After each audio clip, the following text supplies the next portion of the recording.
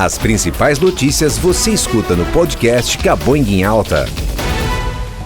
Olá, está no ar o nosso Giro de Notícias do Caboinga em Alta. Eu sou Amanda Ramalho e em poucos minutos você fica sabendo sobre a vacinação em Israel. Governadores pressionam o governo federal para compras de vacinas, os desencontros da vacinação no Brasil e muito mais. Fique ligado.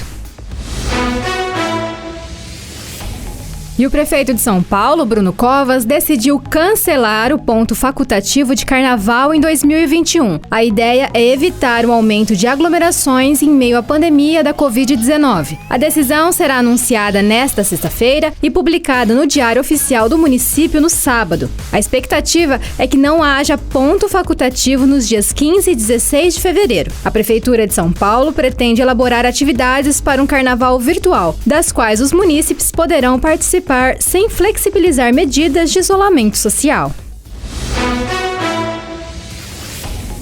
E os governadores solicitaram, por meio de um ofício encaminhado ao presidente, que o governo federal compre as 54 milhões de doses da Coronavac, com produção prevista pelo Instituto Butantan para os próximos meses. O documento ainda pede que, caso o governo resolva não celebrar o acordo, que haja liberação para que os estados realizem a compra direta do imunizante. Escrito em primeira pessoa, o ofício é assinado pelo coordenador da temática de vacina no Fórum Nacional de Governadores, o governador do Piauí, Wellington Dias. Não há detalhamento de outros nomes que subscrevem o pedido, embora a documentação seja uma manifestação oficial do fórum.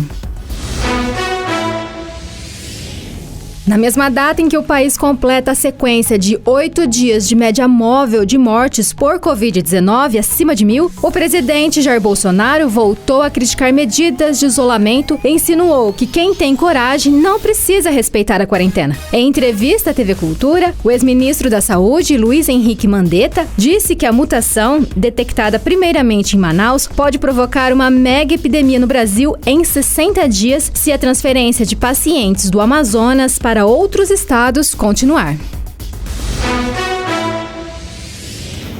E quase um terço da população de Israel já recebeu ao menos uma dose da vacina contra a Covid-19 até a última quinta-feira. A aplicação dos imunizantes já dura pouco mais de um mês e tem a seu favor o aparato militar na logística de distribuição das doses, sistema de saúde digital amplo, além de uma área territorial relativamente pequena. Agilidade para garantir que Israel recebesse vacinas da Pfizer antes do resto do mundo foi fruto de um acordo do governo com a farmacêutica que incluiu a troca de dados médicos sobre efeitos da vacina na população.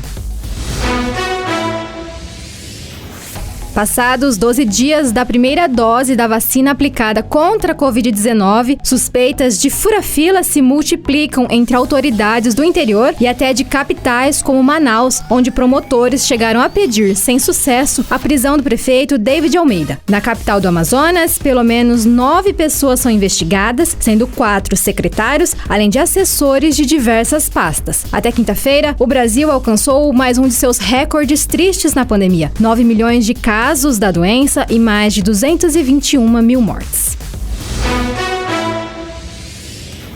E secretários da Saúde estão divididos em relação ao pedido feito pela gestão de João Dória para utilizar todo o estoque disponível de vacinas para aplicar a primeira dose. Parte dos gestores diz que só vai se movimentar no mesmo sentido se tiver uma posição por escrito por parte do Butantan, garantindo que haverá imunizantes suficientes para a segunda dose na data esperada, considerando o intervalo de 28 dias.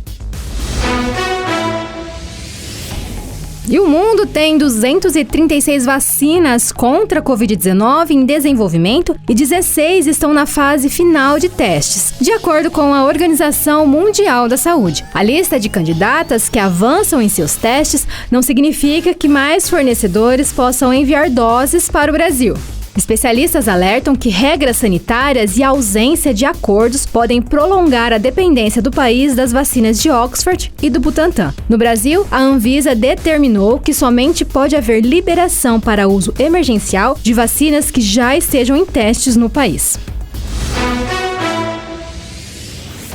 E E o Instituto Butantan está aconselhando as prefeituras a usarem, se possível, agulhas de 1 milímetro para aplicação da Coronavac, em vez das agulhas de 3 milímetros. Em época de escassez absoluta do imunizante, as agulhas mais finas podem evitar a perda da vacina na hora da picada. Um frasco com 10 doses, como os que passarão a ser disponibilizados, poderia com isso render até 12 doses. A tentativa de economizar vacinas também está sendo feita nos Estados Unidos. Lá, uma ampola da Pfizer com 5 doses do imunizante pode render até 6 com o uso de agulhas de melhor performance. A miséria voltou à rotina dos brasileiros após o fim do auxílio emergencial. E a dúvida de como será a vida agora é a mesma entre os milhões de brasileiros que ficaram sem a transferência emergencial de renda no momento em que a pandemia volta a fazer mais de 1.000 vítimas por dia e o sistema de saúde de diversas capitais dá sinais de colapso. Nesta semana, o presidente Bolsonaro negou a retomada do benefício, alegando que a capacidade de endividamento está no limite. E uma notícia para acalmar o coração e os bolsos: produzir remédios de alto custo a um preço acessível para quem precisa. Você acha que isso vai dar certo? Bom, tomara que sim, né? Essa foi a ideia do bilionário norte-americano Mark Cuban ao anunciar o lançamento de sua empresa de medicamentos genéricos. Mark é empreendedor, fez parte do programa Shark Tank de grandes investidores na TV e é dono do time de basquete Dallas Mavericks nos Estados Unidos. A empresa espera lançar mais de 100 medicamentos até o final de 2021 e o objetivo é que todos possam pagar por seus remédios. Segundo ele, todas as pessoas deveriam sentir que o preço que pagam pelos seus medicamentos é o justo. E o Brasil teve 175 assassinatos de pessoas transexuais em 2020, o que equivaleria uma morte a cada 2 dias, segundo o relatório anual da Associação Nacional de Travestis e Transsexuais do Brasil. Todas as vítimas eram mulheres trans e este foi o recorde para o gênero desde que a organização começou a divulgar o dossiê em 2018, sempre no dia 29 de janeiro, em que se comemora o Dia Nacional da Visibilidade Trans. O Brasil mantém a vergonhosa posição de país que mais mata transexuais no mundo, atrás apenas do México e dos Estados Unidos. E a Prefeitura de Rio Preto tem direito de receber até 9.300.000 da seguradora como forma de ressarcimento pelos danos materiais sofridos pelo incêndio da noite de sábado, dia 23, no Shopping Azul. Segundo a Prefeitura, o valor refere-se apenas aos danos estruturais do prédio, sem incluir o prejuízo financeiro dos 167 lojistas, conforme a apólice de seguro contratada pela administração municipal. E o final de semana chegou e com ele as restrições mais duras para tentar conter o avanço da pandemia. Só saia de casa se você realmente precisar, nada de ficar passeando em mercados e se aglomerando por aí, hein? Se não tiver como, saia com máscara e tenha sempre álcool em gel na bolsa. Eu sou Amanda Ramalho e esse foi o nosso Cabanguinha em Alta.